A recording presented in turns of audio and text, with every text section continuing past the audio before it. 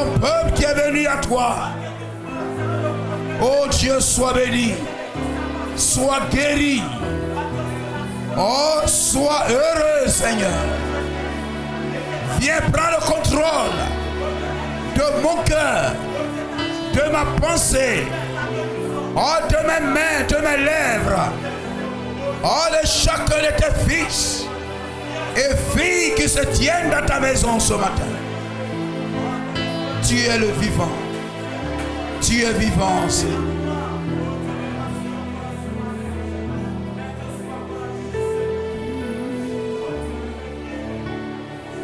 Onction de Dieu descend. Alléluia. Onction de Dieu descend. On lève la main.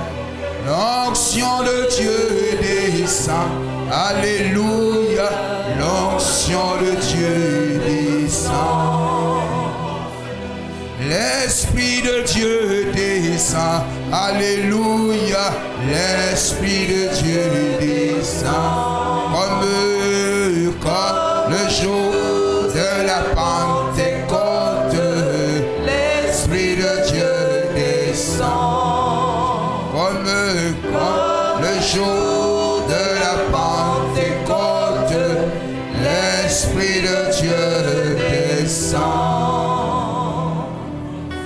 Oh notre Dieu, tu es la vie, tu es la délivrance. Tu es la paix. Et celui qui est en toi est dans le repos, Seigneur. Est dans l'assurance, dans la joie, dans la paix. Que ton nom soit béni. Et qu'en tout lieu, en tout temps, ton nom soit invoqué sur nous. Ta main soit sur nos vies. Oh, alors nous serons une boule de délivrance. Comme la main d'Élisée était sur la main de Joas. Que ta main soit sur nos lèvres. Ta main soit sur nos cœurs. Ta main soit sur nous ce matin. Ta main soit sur cette assemblée. Que ta grâce se lève en faveur de chacun de nous, Seigneur. Et nous conduise et nous garde ce matin. Comme oui, le soleil se lève. Et oh Dieu, ramène tout ce qui dort à la vie et à la manifestation. Je prie, Seigneur, ce matin, que toi, le soleil de justice, tu te lèves ce matin sur chacun de nous ce matin. Et que tout ce qui est mort, tout ce que le diable a pris, tout ce que le diable a détruit, tout ce que le diable a lié, oh Dieu, soit manifesté, soit réveillé, et que la lumière brise les ténèbres, brise les ténèbres, brise toute puissance du diable. Au nom de Jésus-Christ, que ton peuple soit béni, que ton nom soit glorifié, et que le malade soit heureux, le cœur troublé se réjouisse, et que nous soyons en paix en ce lieu. Viens et bénis ce moment, au nom de Jésus-Christ. Amen. Amen, amen. On acclame le nom glorieux, le nom suffisant de Jésus-Christ. Amen. Et on peut chalomer son frère. Shalom. Amen. Alléluia. Dieu nous bénisse. Amen. Pour chaque effort, chaque sacrifice. Amen. Que vous avez fait ce matin. Amen. Pour être ici présent. Que Dieu se souvienne de cela. Et qu'il vous bénisse. On acclame encore le nom de Jésus-Christ. À Dieu soit la gloire. Amen. Et nous allons prendre l'écriture.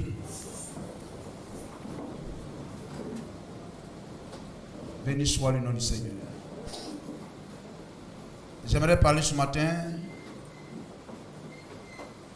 Amen. Acte 17, verset 10 à 13. Les Béréens dans l'église, hier et aujourd'hui. Les Béréens dans l'église, hier et aujourd'hui. Amen. Plus précisément, les Juifs de Bérée. Et nous prenons Actes chapitre 17, le verset 10 à 13. Nous aimons la parole. Gloire au Seigneur. Amen. Nous sommes et devions être une église biblique.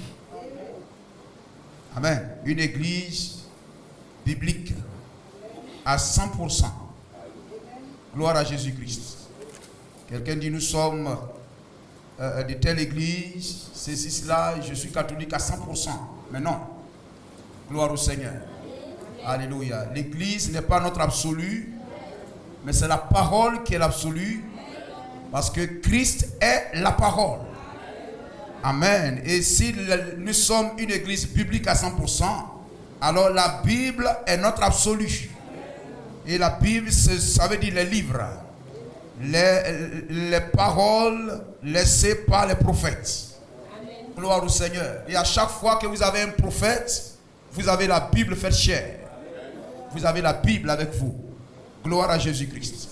Actes chapitre 17, le verset 10. Aussi les frères firent partir de nuit Paul et Silas pour Bérée. Lorsqu'ils furent arrivés, ils entrèrent dans la synagogue des Juifs. Amen. Je crois que vous avez tous ceux qui savent lire une Bible. Gloire au Seigneur. Vous savez lire, vous devez avoir une Bible. Amen. Le fait de quitter votre maison avec une Bible, amen, c'est déjà une déclaration que vous faites. Gloire au Seigneur. Ceux qui nous ont précédés dans la victoire et qui ont laissé les traces. Et aujourd'hui, nous voulons les imiter avec la Bible. Et les Béréens que nous lisons ce matin avaient sur leurs genoux une Bible pendant que Paul prêchait. Parce que Paul était un homme comme vous et moi. Aussitôt les frères firent partir de nuit Paul et Silas pour Bérée. Lorsqu'ils furent arrivés, ils entrèrent dans la synagogue des Juifs. Ces Juifs avaient des sentiments plus nobles. Donc ces Juifs habitaient Bérée. Ces Juifs avaient des sentiments plus nobles que ceux de Thessalonique, les Juifs de Thessalonique. Ils reçurent la parole avec beaucoup d'empressement, beaucoup de dévouement, de disposition.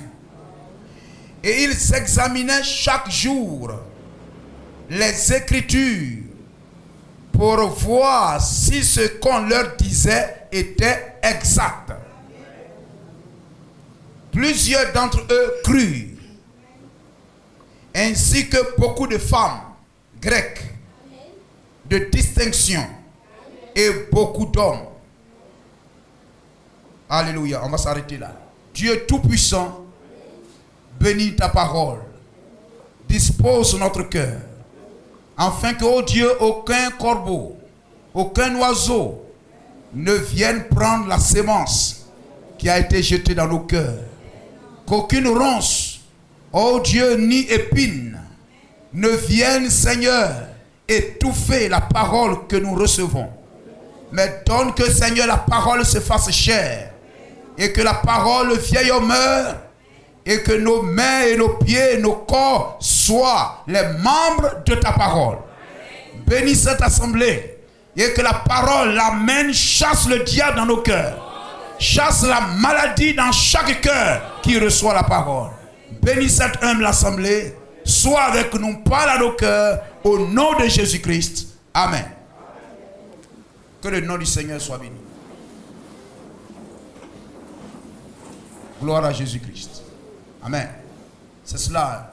Nous devons être une église biblique et être un chrétien. Gloire au Seigneur. Alléluia.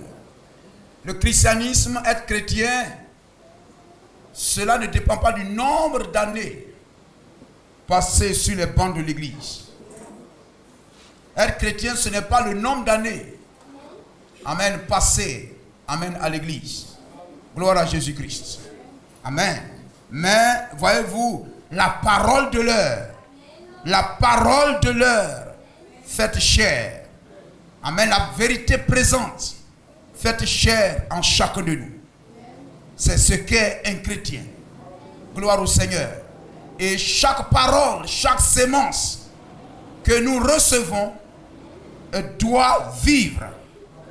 Amen. Alléluia en chacun de nous. Dieu doit être en nous. Le Saint-Esprit en nous.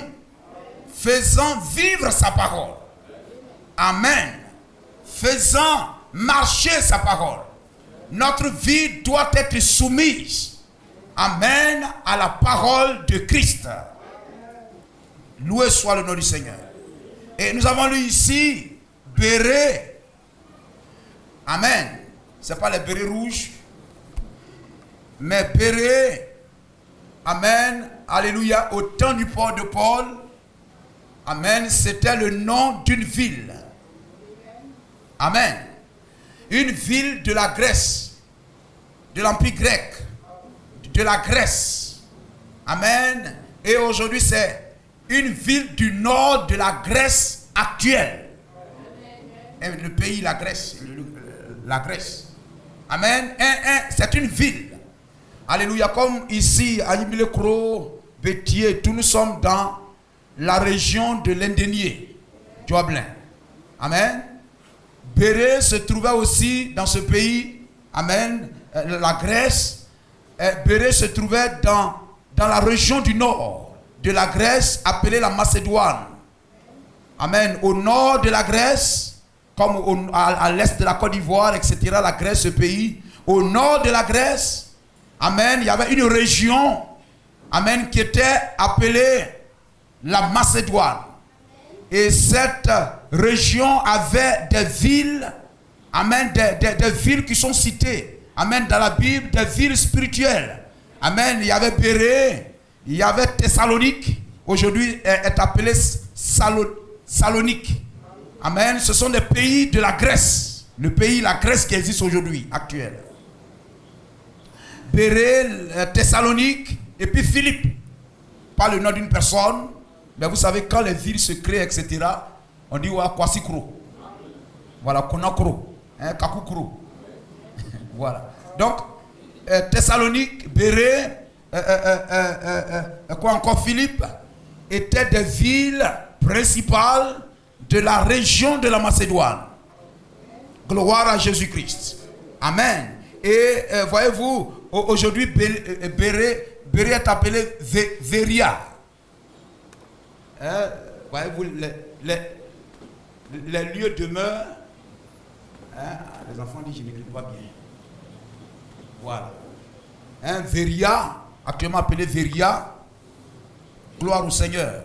Donc vous savez que la Grèce, c'est l'Europe. Amen.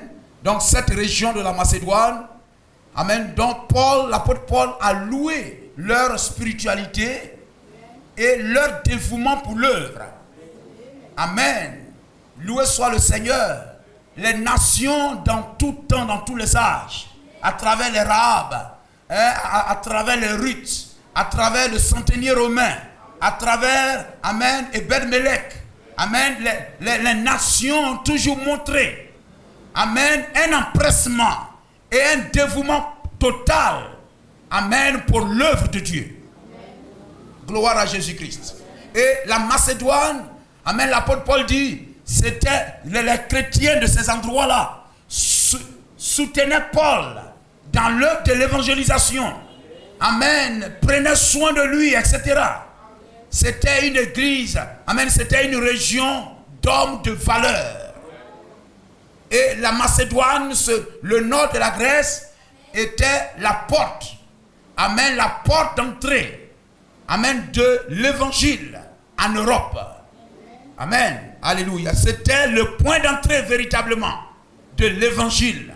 Amen. En Europe. Gloire au Seigneur. Amen. Et à Béret vivaient des Juifs. C'est un territoire païen. Amen. C'est un territoire païen.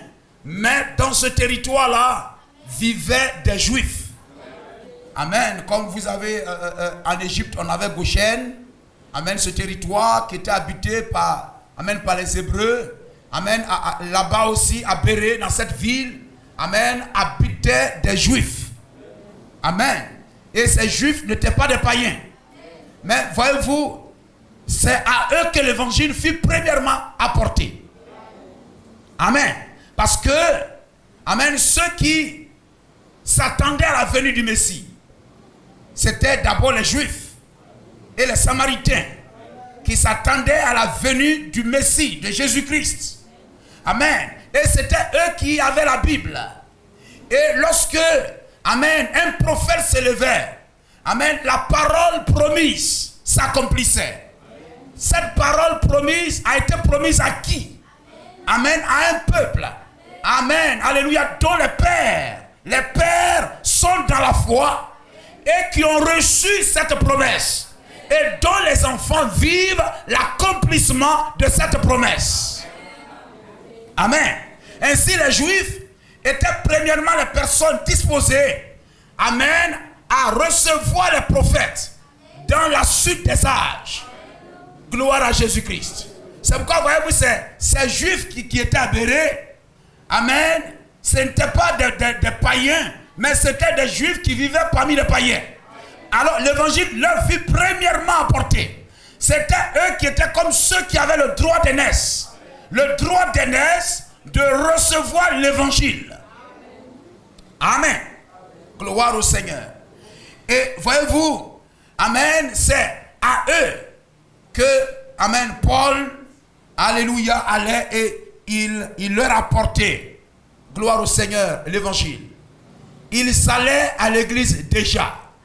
C'était des gens qui partaient à l'église déjà. L'apôtre Paul ne leur a pas apporté un nouveau Dieu. Mais c'était le même Dieu dont ils avaient connaissance.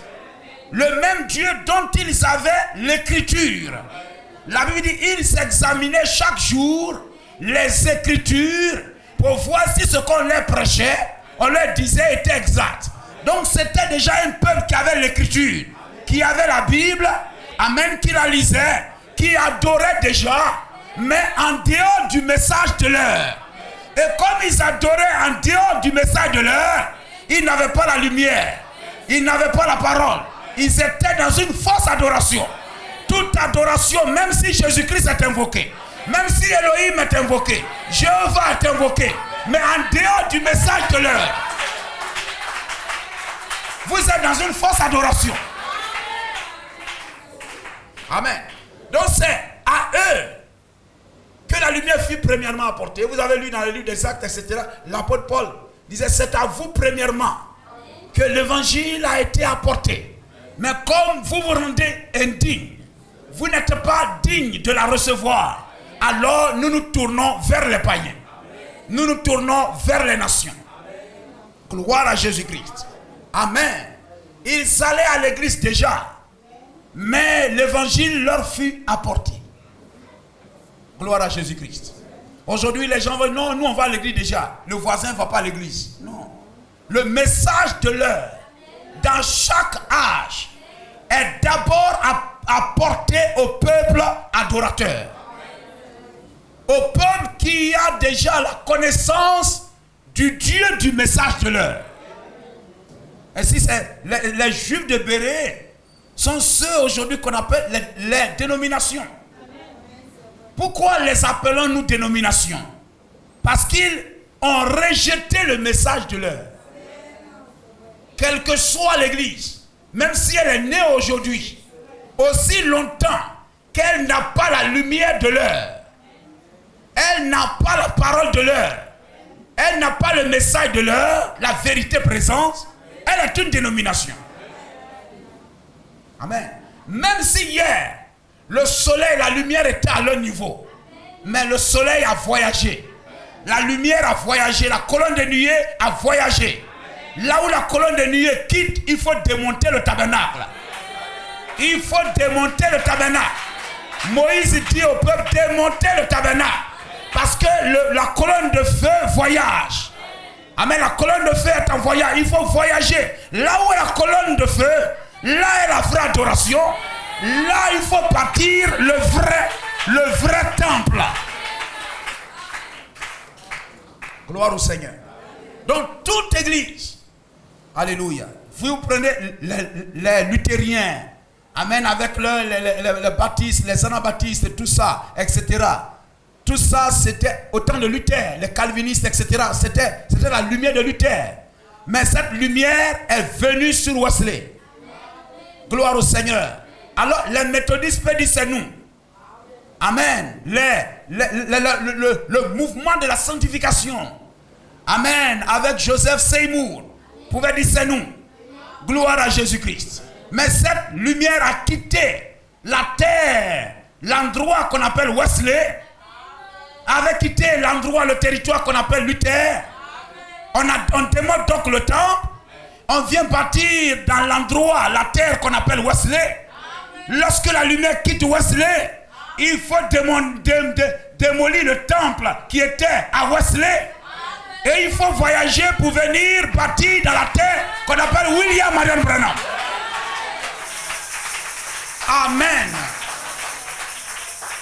C'est la marche de l'église. C'est la marche du croyant. Gloire à Jésus-Christ. Amen. Ainsi, voyez-vous, les chrétiens de Béret, ils avaient le même Dieu que Paul. Ils avaient la même Bible que Paul avait. Mais ils n'avaient pas le message de l'heure. Qui a été apporté par Jésus-Christ, ils n'ont pas cru. Qui est apporté par Paul. Gloire au Seigneur. Et aussi longtemps qu'ils ne croyaient pas en cela, ils étaient une dénomination. Amen. Ainsi, voyez-vous, ils étaient donc cette dénomination. Amen. Alléluia. Que Paul essayait, amen, d'amener à la nouvelle doctrine, à la nouvelle lumière, au message de l'heure. Gloire à Jésus-Christ. Et voyez-vous, Paul lui-même a vécu cet exode, a vécu ce voyage. Amen. Paul lui-même, il avait hier la même Bible qui était sur le pied de ces Juifs, il avait ça. Et il a ça. Il a dit, j'ai la même Bible que vous. Gloire au Seigneur. C'est sur cette même Bible qui s'appuyait. En ce temps, c'était l'Ancien Testament. Il lisait et puis il leur prêchait. Il lisait et puis il leur prêchait. Ils avaient ça. Et puis il s'appuyait sur ça pour leur prêcher la parole. Gloire au Seigneur. Amen. Hier, lui-même, il était pharisien.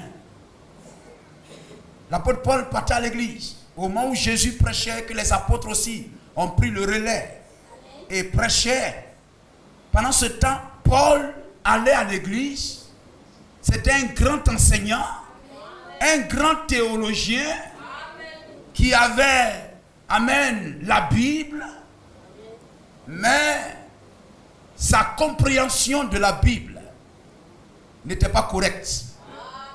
Gloire au Seigneur. Il pouvait connaître la loi de tout son cœur, mais il n'était pas dans la vérité de l'heure. Gloire à Jésus-Christ. Amen. Il était pharisien. Il était zélé. On va lire un peu son témoignage. Prenons Acte 22, verset 1 à 7. Acte 22, verset 1 à 7. Hommes, frères et pères, écoutez ce que j'ai maintenant à vous dire pour ma défense. Lorsqu'ils entendirent qu'il parlait la langue hébraïque, ils redoublaient de silence. Parce qu'on le prenait même pour un étranger. Paul dit, je suis juif, né à Tars. Tars, c'est la Syrie, comme on appelle la Turquie. Amen. C'est-à-dire, il est juif, mais il est né sur le territoire des gentils, des païens, mais il est juif. Tars, c'est en Turquie, en Cilicie, etc. Turquie, Syrie, là-bas. Mais j'ai été élevé dans cette ville-ci et instruit au pied de Gamaliel dans la connaissance exacte de la loi de nos pères. Étant plein de zèle pour Dieu, comme vous l'êtes tous aujourd'hui. J'ai persécuté à mort cette doctrine, c'est-à-dire le message de l'heure. Les apôtres, voyez-vous, Étienne et tout ça, Jacques, liant et mettant en prison hommes et femmes. Le souverain sacrificateur et tout le collège des anciens m'en sont témoins.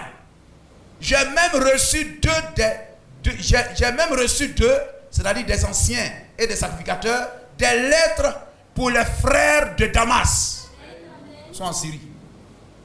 Où je me rendis afin d'amener liés à Jérusalem ceux qui se trouvaient là et de les faire punir.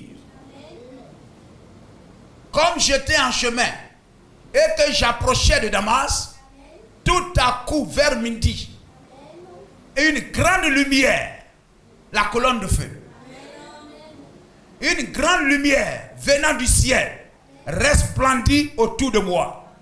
Je tombais par terre et j'entendis une voix qui me disait: Saul, Saul, pourquoi me persécutes-tu? Amen. Parce que tous ces chrétiens, ces apôtres qui croyaient en Jésus-Christ, c'était des Jésus-Christ. Ils étaient tous Jésus. Vous connaissez cela? Amen. Philippiens 3, 5, 6. Amen. Donc vous voyez que Paul était un chrétien dénominationnel qui pensait qu'il était bien là-bas. Mais il n'était pas bien. Il était dans une lumière passée. Amen. La lumière avait déjà quitté. Et ils étaient dans les ténèbres. Ils s'asseyaient sur leur vieille gloire. Mais ils étaient dans l'erreur. Philippiens 3, 5. Moi, l'apôtre Paul, moi, circoncis le 8e jour. Ouais, c'est un vrai juif. Circoncis le 8e jour. La circoncision du 8e jour. 8, c'est l'éternité. Amen.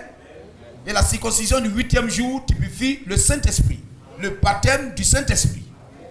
Circoncis le 8e jour de la race d'Israël, de la tribu de Benjamin, hébreu né d'hébreu.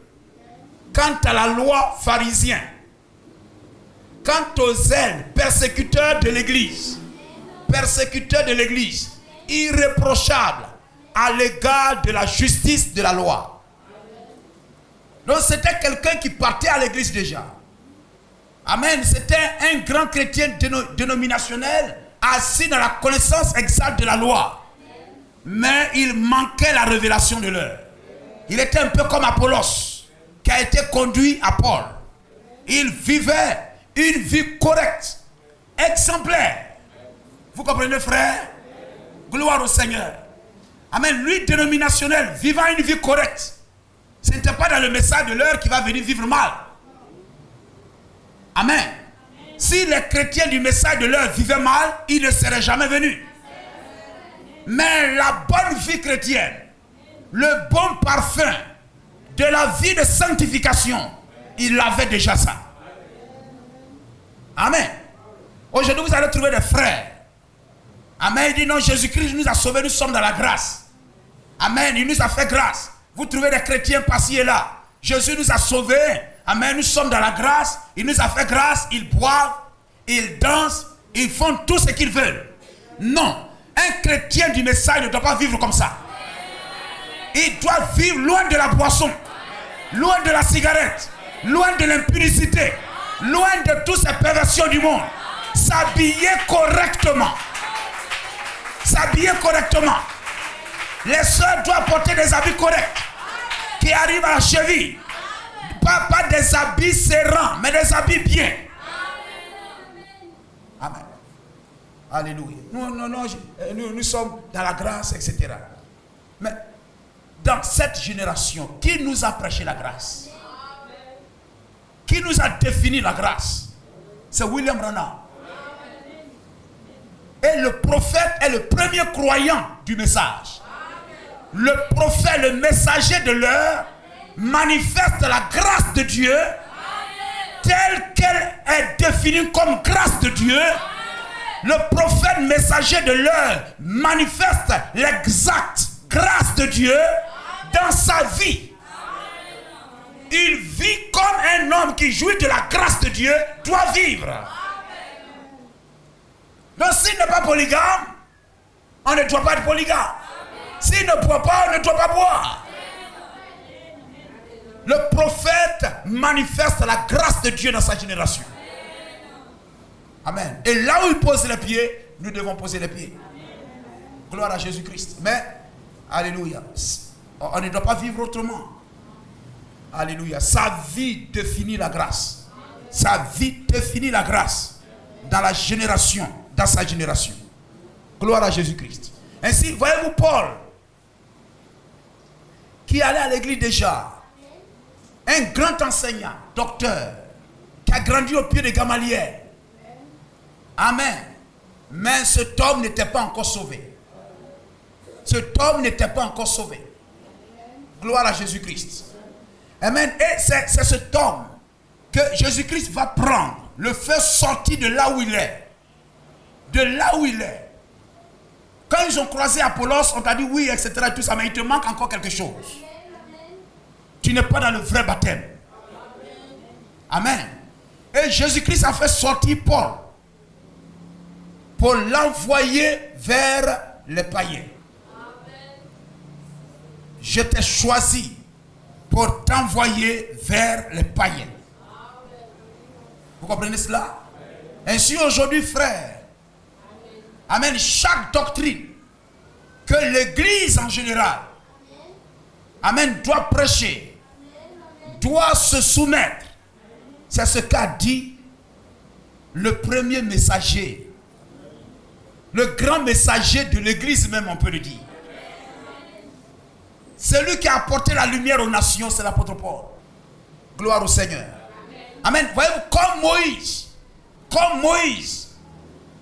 Amen. Moïse a introduit l'âge de la loi. Et il a donné le message de la loi. Amen. Le sacerdoce lévitique. Amen. Et aussi longtemps que l'Église était sous ce sacerdoce, sous cette sacrificature, sous cette loi, sous cette dispensation, nul ne pouvait contredire le père de ce sacerdoce. Nul ne pouvait contredire Moïse. Jusqu'à ce que le Messie vienne, nul ne pouvait contredire Moïse. Jusqu'à ce que la dispensation change, nul ne pouvait contredire Moïse. Il y a eu des prophètes messagers. Mais ce qu'a posé comme fondement le premier messager ne pouvait pas être changé. Et l'apôtre Paul a posé le fondement de l'Église des nations. Et aussi longtemps que nous sommes sous la dispensation de la grâce, nul prophète messager, qui qu'il soit, ne peut changer ce que Paul a posé comme fondement. Amen. Gloire à Jésus-Christ. Alléluia. Et voyez-vous, amen, amen, bien-aimé frère, Dieu le bénisse. Amen, a montré, on a lu dans Hébreu, etc. et tout ça. Amen, le baptême, hein, la doctrine des baptêmes, etc., etc. Ces fondements qui ont été posés. Nul ne posera un autre fondement. Gloire à Jésus-Christ. Béni soit le nom du Seigneur. Amen. Ainsi, voyez-vous, ce que Moïse a dit, personne ne pouvait contredire cela.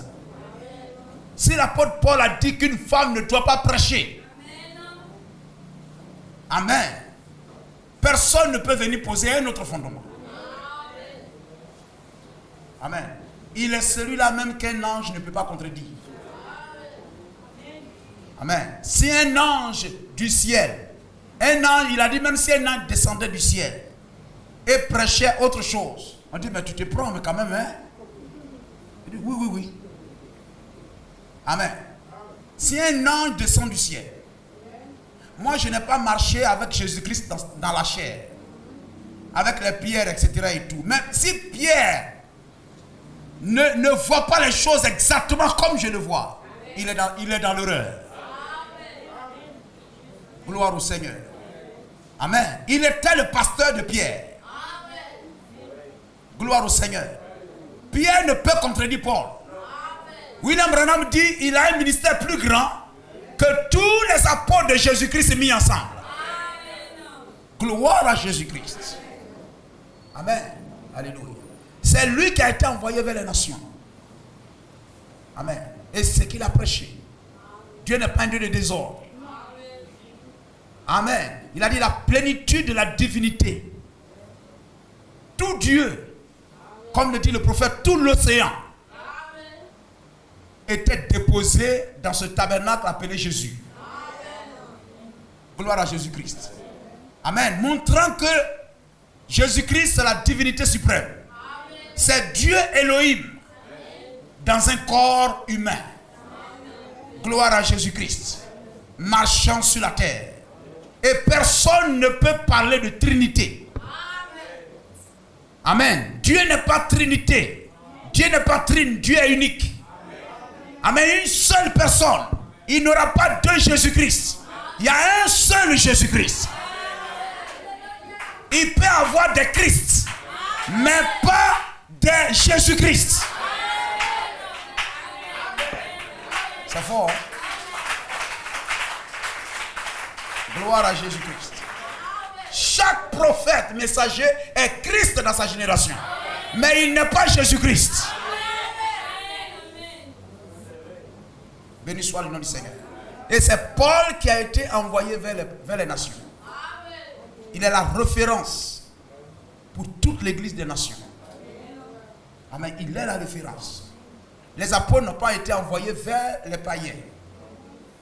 Amen. Donc si le catholicisme dit que l'église est bâtie sur Pierre, ils sont déjà dans l'erreur. C'est-à-dire qu'ils ne sont pas bâtis sur le vrai fondement. Donc déjà le bâtiment doit être détruit. On doit écrire dessus AD, à détruit, avec une croix dessus. Parce qu'ils ont bâti l'église sur le terrain qui n'est pas correct. Ils ont bâti le bâtiment sur le mauvais terrain. Vous comprenez cela? Amen. On peut le lire si vous le voulez. Prenons Matthieu 10. Matthieu 10, 5, 6. Matthieu 10, 5, 6 et Matthieu 15, 24. Et voici une femme cananéenne, une femme païenne. Un frère, une femme païenne, au jour de Jésus. Jésus plein d'amour et de miséricorde. Venez à moi, vous tous qui êtes chargés et fatigués. Je ne rejette pas celui qui vient à moi. Jésus-Christ. Mais regardez le langage qui tient vis-à-vis de cette femme. C'est-à-dire qu'il faut être prédestiné pour comprendre le langage du surnaturel. Amen. Voici une femme cananéenne qui venait de ses contrées. Lui cria, aie pitié de moi, Seigneur, fils de David. Ma fille est cruellement tourmentée par le démon. Gloire au Seigneur. Hein? Il ne lui répondit pas un mot. Hein? Mais lorsque Bartimée, il passait par là, il dit, qui passe par là? Quel est ce bruit? Amen. Quel est ce bruit? Quel est ce cortège? On dit, c'est Jésus-Christ, fils de David, qui passe par là. Il cria, Jésus, fils de David, aie pitié de moi. Et l'ami dit, il s'arrêta. Que veux-tu que je fasse pour toi? Il dit, je veux voir. Il dit, vois. Et ses yeux s'ouvrirent.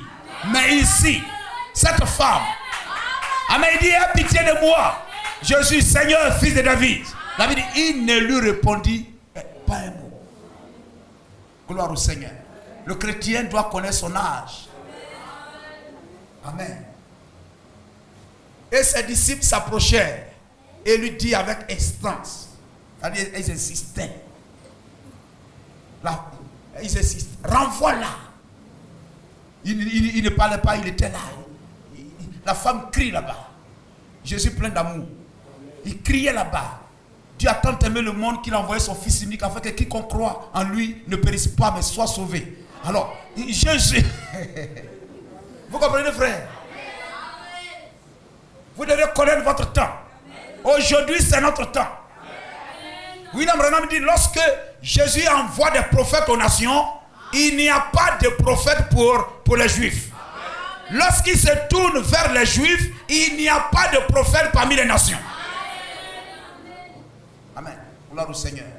Donc les gens s'embrouillent aujourd'hui. Gloire au Seigneur. Si tu es juif, tu dois quitter la Côte d'Ivoire. Tu dois aller en Israël, en Palestine. Amen. Parce que Dieu ne bénit pas son peuple en dehors de son territoire. Nous, c'est un territoire spirituel. Eux, c'est un territoire naturel. Vous comprenez cela? Amen. Et lorsque Dieu traite avec les nations, il n'y a pas de prophète hébreu. Gloire au Seigneur. Et ses disciples s'approchaient et lui dirent avec instance, renvoie-la, car elle fait du bruit, car elle crie derrière nous. Et il répondit, je n'ai été envoyé qu'aux brebis perdues de la maison d'Israël. Amen. Ça c'est pour le noir, c'est choquant. Tu as entendu ce qu'il m'a dit? On peut, je n'irai plus dans leur église.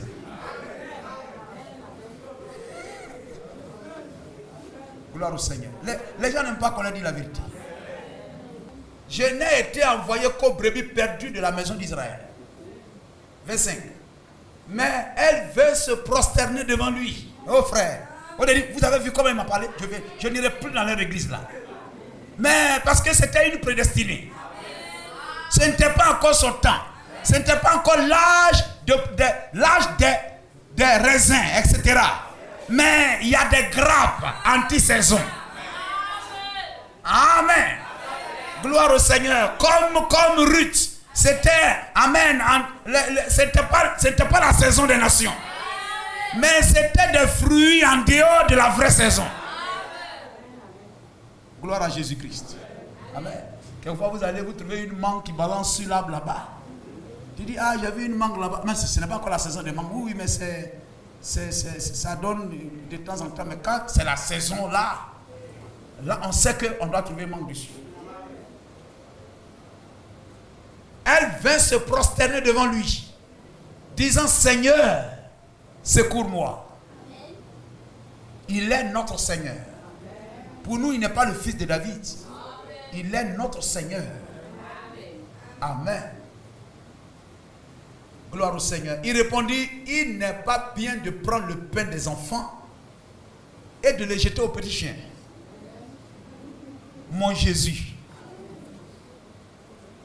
Amen. Gloire au Seigneur. Aujourd'hui, c'est notre temps.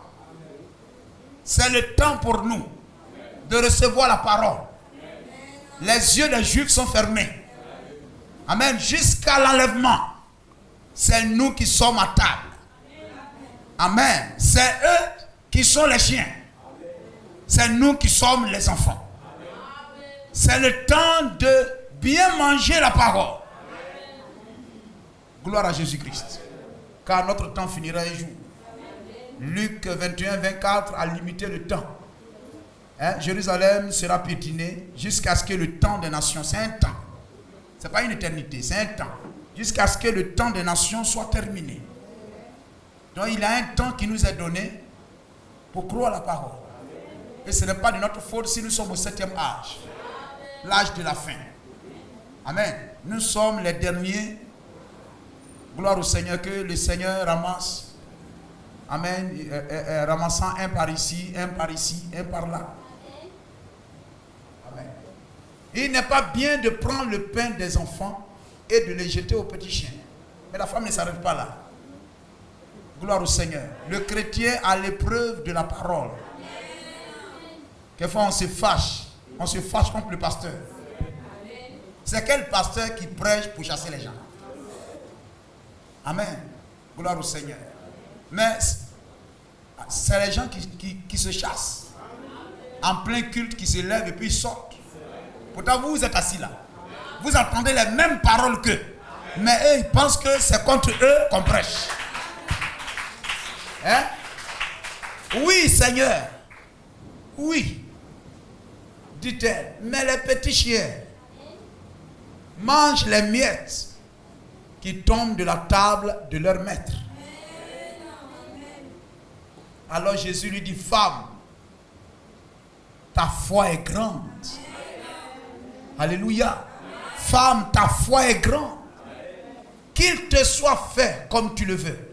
Et à l'heure même, sa fille fut guérie. Amen. Pour ton salut, mon frère, ma soeur, il n'y a pas de compromis à faire. Il n'y a pas de compromis à faire. Des gens pour être riches, ils vont aller dormir au cimetière. Ils ne vont jamais dire ce marabout là, il ne m'aime pas. Moi-même qui a peur même d'aller au cimetière. Moi, j'allais dormir sur le cimetière. On dit oui, monsieur. On dit à minuit. Minuit, 3 minutes. Pas plus, pas moins. Tu dois déposer des tissus rouges et noirs avec 3 œufs au beau milieu du carrefour. Faut pas oublier. Donc, si tu dors, pour toi est fini. Ce jour-là, il ne dormira pas. Il ne dormira pas. Il ne dira pas le marabout ne m'aime pas. Mais il se fera violence. Parce qu'il veut entrer dans une promesse. Il veut entrer dans une promesse. On lui a promis que s'il fait ça, il sera béni. Amen. À combien plus forte raison le croyant? Paul a été envoyé aux nations. Donc si aujourd'hui il y a un prédicateur qui vous prêche la parole, parce que Jésus-Christ a envoyé Paul, pour que les nations aussi reçoivent la parole. Et Paul a reçu. Amen. Et comme la commission, la lumière qui lui a été transmise, cette lumière doit aller jusqu'aux extrémités de la terre. Amen. Alléluia. Le temps arrive où le tabernacle est détruit, mais la lumière continue son voyage. De l'est à l'ouest. Amen. Alors quand Paul meurt, la lumière passe à Irénée. Ensuite, la lumière passe à Martin, Henri Martin. Ensuite, il passe à Colomban. Il passe à Martin, il passe à Wesley. Et il atterrit en William Branham. À l'ouest. Afin que nous aussi, l'évangile vienne jusque dans nos campements. C'est le temps de la grâce, frère. Il nous faut croire la parole. Et Paul, amen, alléluia, il était devant ses Béréens, etc. Il était la lumière de l'église des nations. Il était la lumière, amen, de l'église. Il dit, je t'envoie, amen, pour être la lumière, pour les faire passer des ténèbres à la lumière. Gloire à Jésus-Christ. Béni soit le nom du Seigneur. Si vous avez acte 26, verset 14-18, Romains 11, verset 13, verset 25, Galates 2, verset 5, il est l'apôtre à l'église des nations. Tous les messagers qui sont venus sont comme la continuation du ministère de Paul. C'est pourquoi ils doivent comparer leur ministère à Paul. Il est la référence. Amen, alléluia, en termes de ministère. Tous doivent être, chacun a un don particulier. Amen, mais en termes de doctrine, on ne peut pas contredire Paul. Gloire à Jésus-Christ. Béni soit le nom du Seigneur. Amen. Il était la lumière en ce temps-là et la lumière a voyagé jusqu'à nous. Et nous savons que la lumière est un homme. La lumière est un homme qui vient avec la parole promise de l'heure.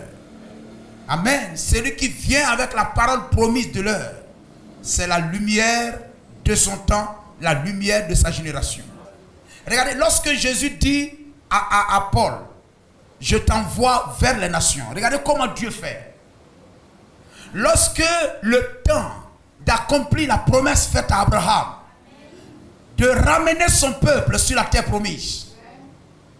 Amen. Dieu prédestina et suscita Moïse. Et en ce temps-là, Pharaon cherchait à nuire, comme Hérode, Pilate, cherchait à nuire aussi à l'église. Amen. Pharaon cherchait à nuire aux fils d'Israël. Amen, à la postérité d'Abraham. Mais voyez-vous, le plan de Dieu était en marche. Et Pharaon ne pouvait pas écraser Moïse. Pharaon lui-même va nourrir et élever Moïse sans savoir que c'est le libérateur de son peuple. Dieu est grand. Dieu est puissant. Dieu a un plan, un programme dans ta vie. Tu es prédestiné à être sauvé. À sauver quelqu'un. La sorcellerie ne peut pas te prendre. La maladie ne peut pas te prendre. Les difficultés ne peuvent pas te prendre. Jusqu'à ce que le but de Dieu dans ta vie soit atteint. Amen. Et Pharaon a nourri Moïse C'est lui-là même qu'il cherchait à détruire. Pour que le Messie ne vienne pas. Le libérateur ne vienne pas. La promesse ne s'accomplisse pas. Lui-même va élever, nourrir le libérateur.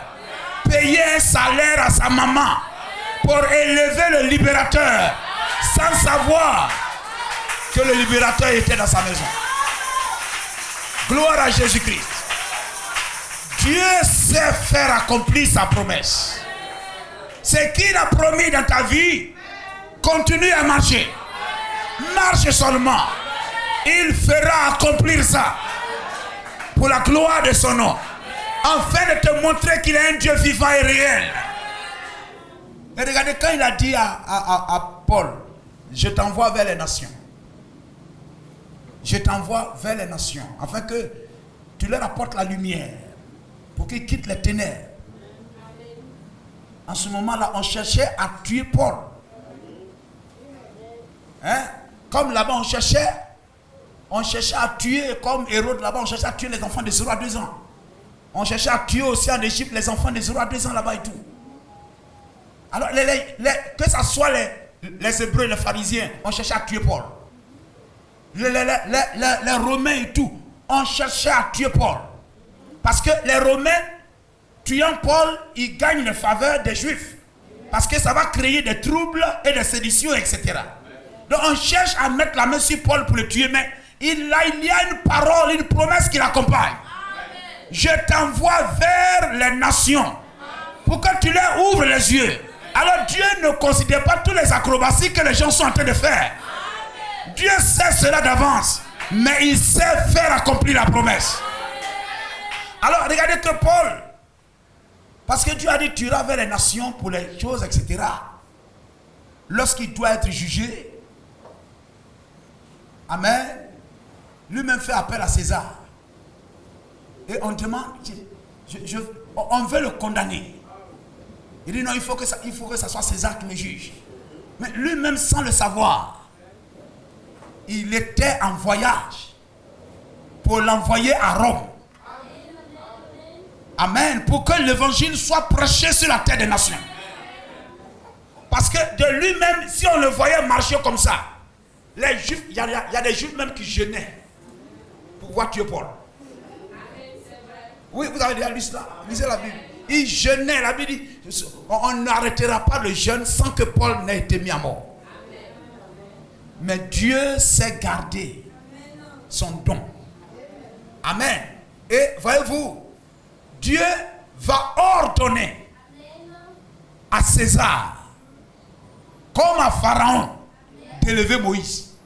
Dieu va ordonner à César d'assurer la sécurité et le voyage de Paul. Parce qu'il a un ordre de mission. Apporter l'évangile au milieu des païens. Donc il va ordonner à César. Donc pour les Romains, ils voyaient un prisonnier. Mais Dieu voyait son messager. Amen. Gloire à Jésus-Christ. Et Dieu va confondre les gens. C'est lui-même que vous cherchez à tuer. Il a ma commission. Et vous-même, je vous charge de le protéger, de le sécuriser. Amen. De le transporter gratuitement jusqu'à Rome, afin que ma parole et ma promesse soient accomplies. Gloire à Jésus-Christ. Amen. Et voyez-vous, j'aime cela. Dans Philippiens, lorsqu'il arrive là, dans Philippiens 4, 22, il est là-bas et puis il dit, ceux de la maison de César même vous saluent. Je les ai gagnés au Seigneur. Amen. Prenons Philippiens 4, 22. Gloire à Jésus-Christ. Et Paul salue. Tous les saints vous saluent. Et principalement, ceux de la maison de César vous saluent.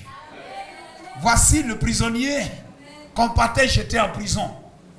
Mais il est devenu le prédicateur qui sauve les saints et qui amène la maison de César à Jésus-Christ.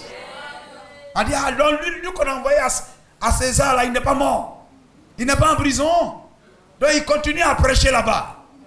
Dieu a mis sur votre cœur d'assurer mon voyage, afin de m'envoyer là-bas.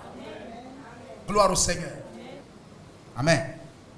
L'apôtre Paul était en train de prêcher à ces Béréens qui n'étaient pas des païens, mais des dénominationnels, qui avaient entre leurs mains la Bible, sur laquelle Paul s'appuyait pour leur prêcher la parole, pour les amener à croire le message de l'heure. Amen. Et pendant que Paul leur prêchait, pour leur apporter ce qu'ils croyaient être la vérité, il le faisait en s'appuyant sur la Bible, sur un livre que ces Béréens aussi avaient dans leurs mains. Ils avaient dans leurs mains le même livre que Paul, le prédicateur, avait. Et ce que le prédicateur avait, ils avaient ça. Et ils pouvaient examiner ce que le prédicateur prêche avec le même livre que le prédicateur a. Pour savoir si ce que le prédicateur leur prêche est exact, est la vérité. Et le livre qu'ils avaient, ce n'est pas le prédicateur qui a écrit ça.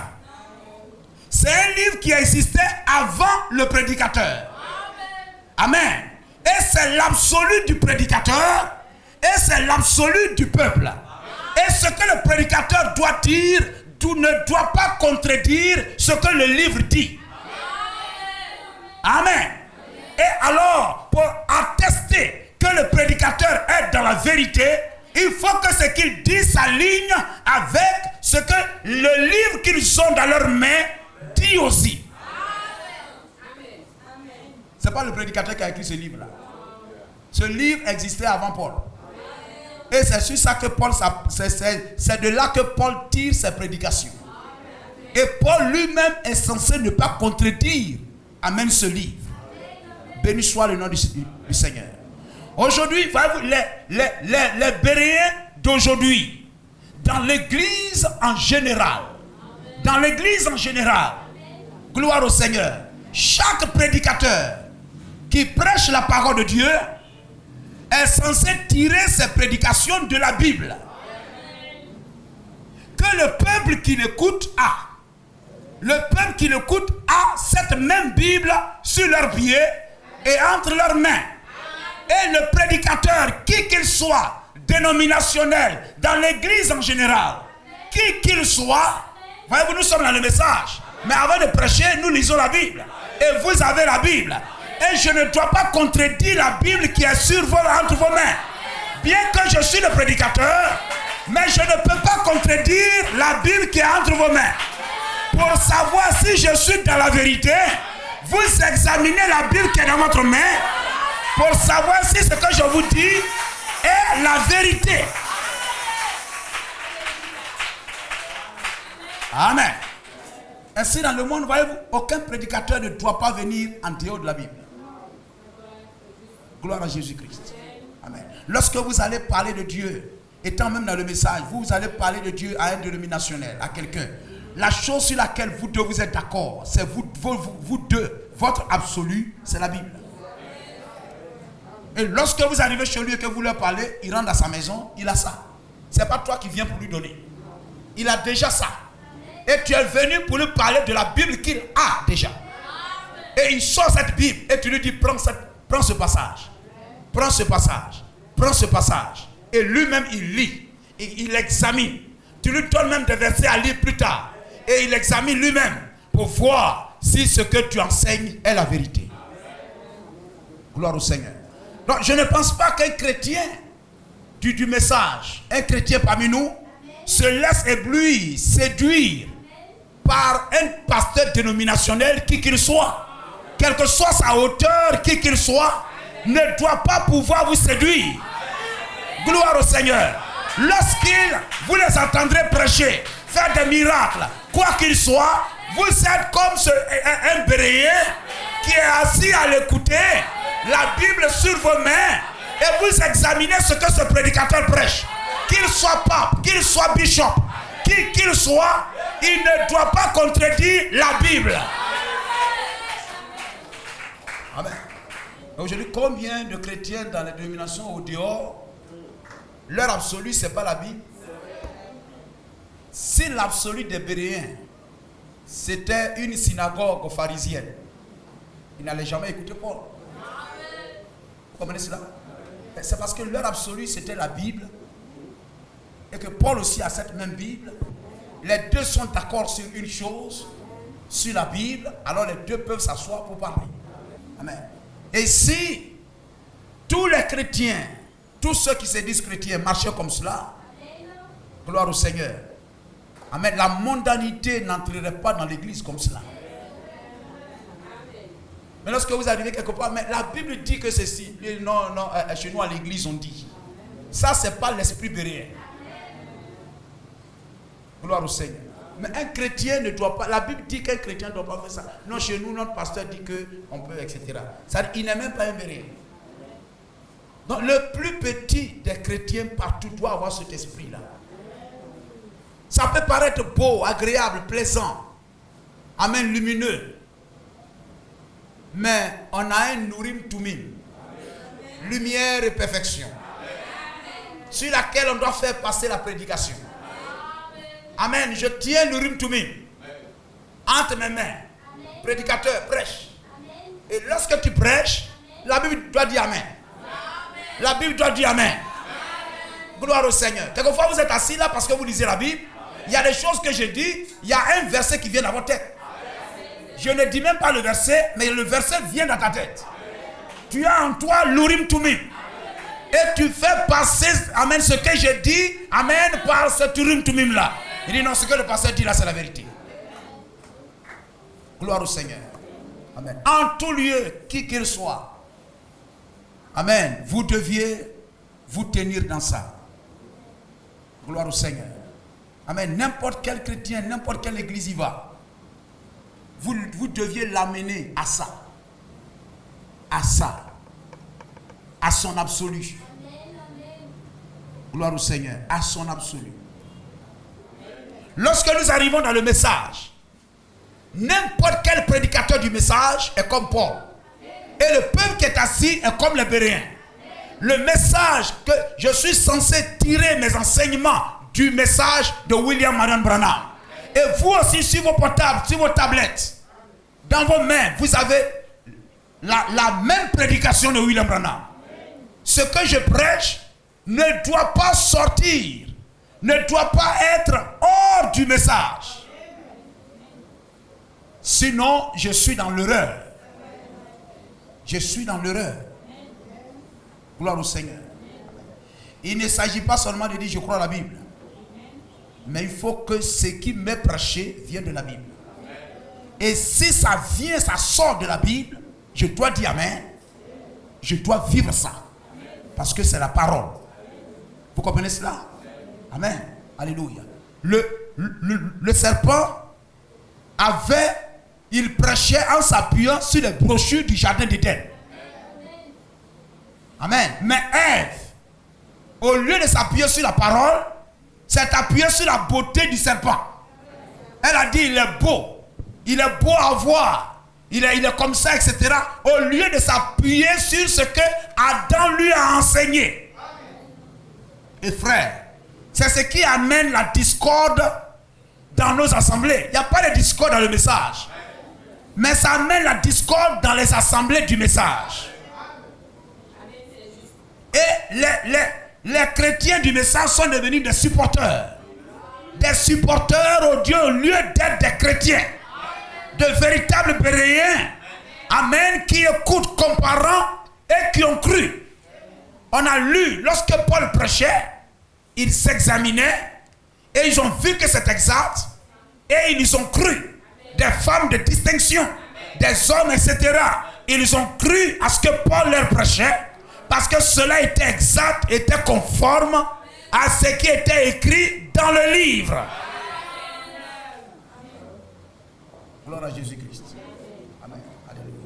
Et aujourd'hui, c'est cet esprit qui doit nous conduire. Amen. Qui doit nous conduire. Alléluia. Ainsi, n'importe quel prédicateur du message, qui qu'il soit, quelle que soit sa hauteur, qu'il soit ceci, qu'il soit apôtre, qu'il soit fils d'eux, qu'il soit ceci, ce qu'il dit ne doit pas contredire l'absolu. Ne doit pas contredire ce qu'a dit William Marion Branham. Quand on ne le fait pas, c'est ça qui amène. Est-ce que vous pouvez prendre le message et puis parcourir le message et puis à la fin du message, vous allez dire oui, on peut boire. Mais vous savez, la RDC, tout ça, c'est des danseurs. Hein? Nous, on a nos petits, je ne sais pas quoi ici, là. Et puis, on revendique, je ne sais quoi. Mais eux, là-bas, là, danser, là, c'est pour eux. Les bachengues, la rumba, et toutes ces choses-là. Chanter et tout ça, là, c'est pour eux. Mais c'est contrôlé. C'est contrôlé. Gloire au Seigneur. Mais à côté de ça, vous allez trouver des personnes, il s'est dit du message, mais c'est des oh là là. Ça remet rien là comme ça. J'ai toujours dit ça, c'est la marque du serpent. Tout ce qui fait les jeux de reins, etc., c'est la marque du serpent. Alléluia. Nous avons la Bible pour l'église en général. Est-ce que vous avez compris? L'église en général. Nous avons la Bible. Ce n'est pas les prédicateurs qui ont écrit ça. Avant qu'un prédicateur assemblé de Dieu ou qui qu'il soit, la Bible était. La Bible existait déjà. Et c'est de là qu'il doit tirer sa prédication. Il ne doit pas contredire cela. Donc lorsque vous allez vers un dénominationnel, etc., et puis vous parlez, vous devez d'abord vous accorder. Cette Bible-là, ce n'est pas toi qui as écrit. Toi qui vas pour lui parler là, ce n'est pas toi qui as écrit. La Bible qu'il a aussi, ce n'est pas lui qui a écrit. Mais en tant que croyant en Jésus-Christ, vous êtes censés être tous deux d'accord avec ce que dit la Bible. C'est sur la base de l'échange. Amen. Et lorsque nous arrivons dans le message, nous sommes tous, quel que soit le chrétien du message, nous sommes tous d'accord sur ce qu'a dit le prophète William Branham. Amen. Et personne ne peut contredire cela. Et si on vous sort quelque chose, une nouvelle révélation, une nouvelle ceci, amen, et que cela ne concorde pas avec ce qu'a dit le messager, c'est une erreur. Et vous n'êtes pas là pour supporter des gens. Vous êtes là pour porter la parole, pour marcher dans la parole. Gloire à Jésus-Christ. Amen. C'est ce que je voulais vous faire voir ce matin. Que Dieu vous bénisse.